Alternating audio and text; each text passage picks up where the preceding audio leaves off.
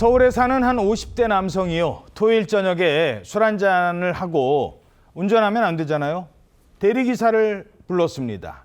잠시 뒤에 도착한 대리기사에게 차 키를 건넸고 그리고 이분은 조수석에 탔답니다. 운전석 옆자리.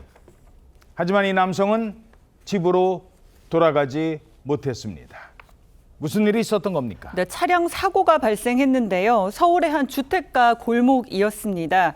사고가 난 당시 그 현장의 모습을 스케치했는데 다세대 주택 외벽에 붉은 벽돌이요. 부서져서 조각난 채로 떨어져 버렸습니다. 저기에 들이받은 거예요? 네, 차량이 이 벽돌을 들이받았고요.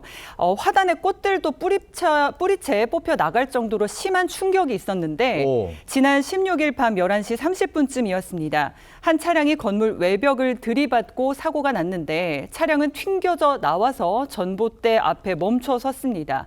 운전대를 잡은 60대 남성은 다쳤고요. 조수석에 타고 있던 이 50대 남성이 심정지 상태로 병원에 이송됐지만 결국 숨졌습니다. 그런데 이 사고에서 운전대를 잡은 사람이 대리기사로 밝혀지면서 충격을 주고 있습니다. 그러니까 사고를 낸 건 대리기사였고 조수석에서 사망한 사람이 차주였습니다. 집에 안전하게 가려고 술 마셨으니까 운전하지 않으려고 대리기사에게 운전대를 맡겼는데 오히려 끔찍한 사고를 당한 겁니다. 기사를 이렇게 몇 번이야. 여기 앞바퀴 두 개가 터졌어. 그 정도로 세게 맞은 거지. 결국 차에 타고 있던 두 사람 가운데 차주가 숨졌습니다. 보통은 뒷좌석 안 앉나요? 이 조수석에 앉아 있었다고요? 그렇습니다. 운전을 한 대리기사는 경상을 입었지만 조수석에 타고 있던 차주는 그만 사망을 하고 말았는데요.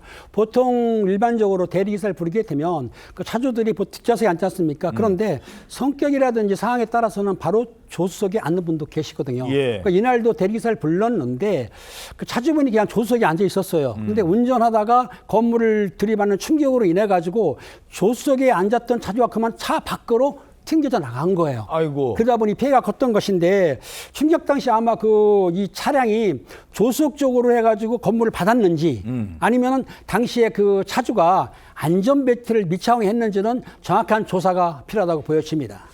자, 경찰이 그래서 대리기사가 혹시 음주를 했는지 마약 정황이 있는지를 조사를 했는데 발견되지는 않았다고 합니다.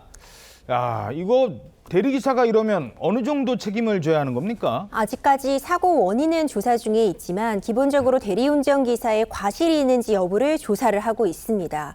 음주 상태나 졸음운전은 아니었는지 여러 가지 가능성은 열어두고 있는 상황인데요. 일단 블랙박스와 CCTV 영상 분석을 통해 정확한 사고 원인 확인이 가능할 것이라고 봅니다.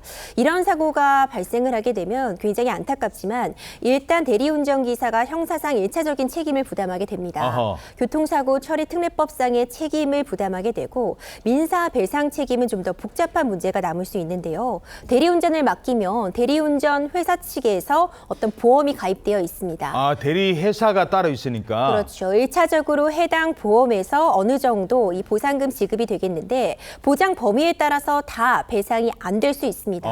이럴 경우에는 차주는 운행자라고 해서 결국 그 운행을 통해 이득을 본 것은 차주기 때문에 차주가 그 나머지 부분에 대한 이 보상 책임을 부담할 수도 있는 상황이고요. 차주가? 그럼 숨진 분이요? 그렇죠. 이 해당 보험으로 어느 정도 배상이 또 커버가 돼야 될 필요성도 있고 그렇기 때문에 좀 자주 내가 대리운전을 맡긴다 한다면 내 보험에 대리운전 특약 같은 부분이 보장 범위에 포함되어 있는지 확인하는 것이 꼭 필요합니다.